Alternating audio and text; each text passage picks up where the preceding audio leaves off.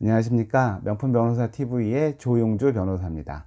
오늘도 이제 상속증여와 관련돼서 어떤 주제를 할까 하다가 효도계약서라는 거를 한번 말씀드리고 싶어요. 아마 어르신들 효도계약서라는 거를 한번 들어보셨을 것 같아요. 효도계약서가 뭔가. 효도계약서는 한마디로 조건부 증여계약서예요. 그러니까 자식한테 미리 재산을 주는데 자식이 대신에 부양을 하거나 효도를 해야 되는데 안 하면 다시 그 재산을 뺏어오겠다는, 그런 이제 계약서를 우리가 효도 계약서다라고 하는데, 법적 용어는 아니고 그냥 조건부 증여 계약서, 부담부 증여 계약서라고 보시면 돼요. 요새 사람들이 어떤 얘기 하시는지 아세요? 이제 자식들이 이제 크고 좀 능력이 없거나 능력이 있더라도 요새 워낙 부동산 값이 비싸서 자식들이 이 부모한테 좀 미리 증여받기를 바라는 마음이 사실 있습니다. 많기도 하고요. 근데 부모들은 무슨 얘기 하냐면, 자식한테 재산을 하나도 안 주면 맞아 죽고, 반만 주면 무서워 죽고, 다 주면 굶어 죽는다, 이런 말을 하기도 해요.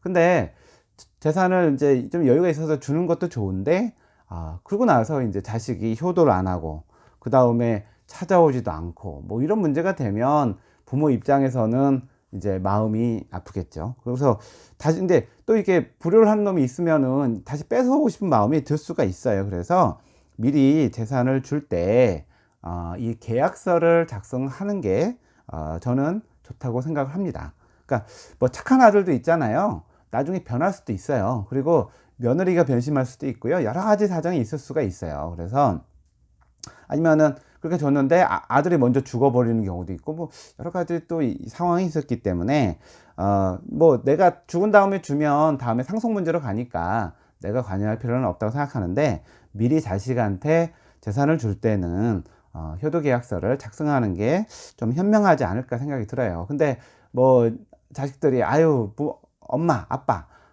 이런 거 안 써도 나는 효도하거든, 나는 태생이 효자거든, 뭐 이렇게 얘기를 할 수도 있는데 절대로 믿지 마세요. 절대로 믿지 마시고 제가 말씀대로 효도계약서를 작성을 하시는 게 좋고요.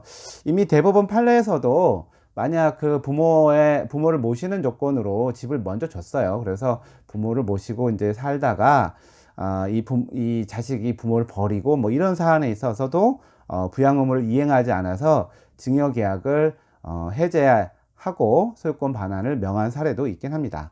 우리 민법의 556조를 보면은 증여자에 대해서 부양 의무가 있는 경우에 이를 이행하지 않은 때에는 그 증여를 해제할 수가 있어요. 그러니까 부양 의무라고 하는 것은 결국 부모 자식 간에, 그 다음에 배우자 간에 뭐 이런 게 이제 법적인 부양 의무가 있는 상태거든요. 그런데 이걸 이행하지 않은 경우에는 해제할 수 있는데, 근데 다만 이 해제권은 해제가 있는 사실을 안 때로부터 6개월 내에 행사하셔야 돼요. 그러니까 6개월을 지나면 또 하지 못하는 경우도 있습니다. 그리고 만약 증여한 사람이 증여를 한 이후에 너무 경제적으로 어렵다 그런 경우에는 557조에 따라서 증여계약을 해제할 수도 있어요.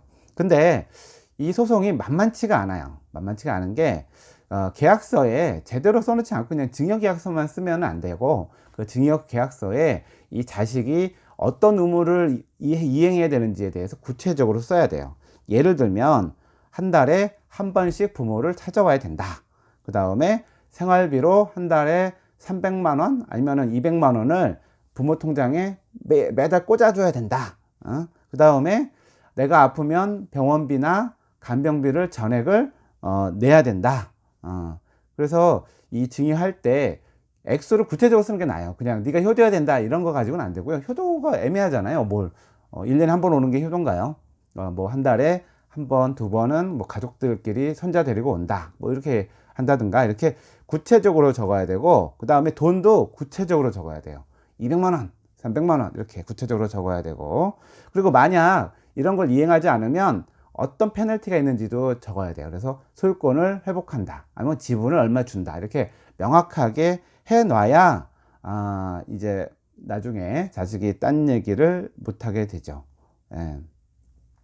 그래서 이 지금 여러 사례들이 있는데, 그래서 이걸 하기 위해서는 일단 증여계약서를 작성할 때 구체적으로 이행해야 될 것을 확실히 하고, 그 다음에 이 의무를 이행하지 않는 경우에는 어떠한 불이익이 있는지를 명확히 해야 되고, 또 이거를 아예 공증을 해서 공증을 해서 그 서류를 작성한 다음에 만약 그런 사유가 있다 그러면 저 같은 법률 전문가를 만나서 증거를 차곡차곡 만든 다음에 소송을 하게 되면 그러면은 이제 100% 이길 수가 있겠죠.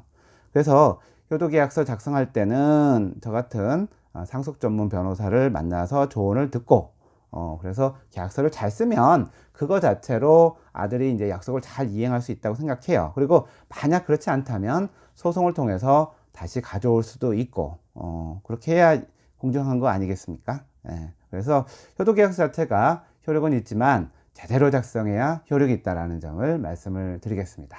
좋아요와 구독 꼭 부탁드리겠습니다. 감사합니다.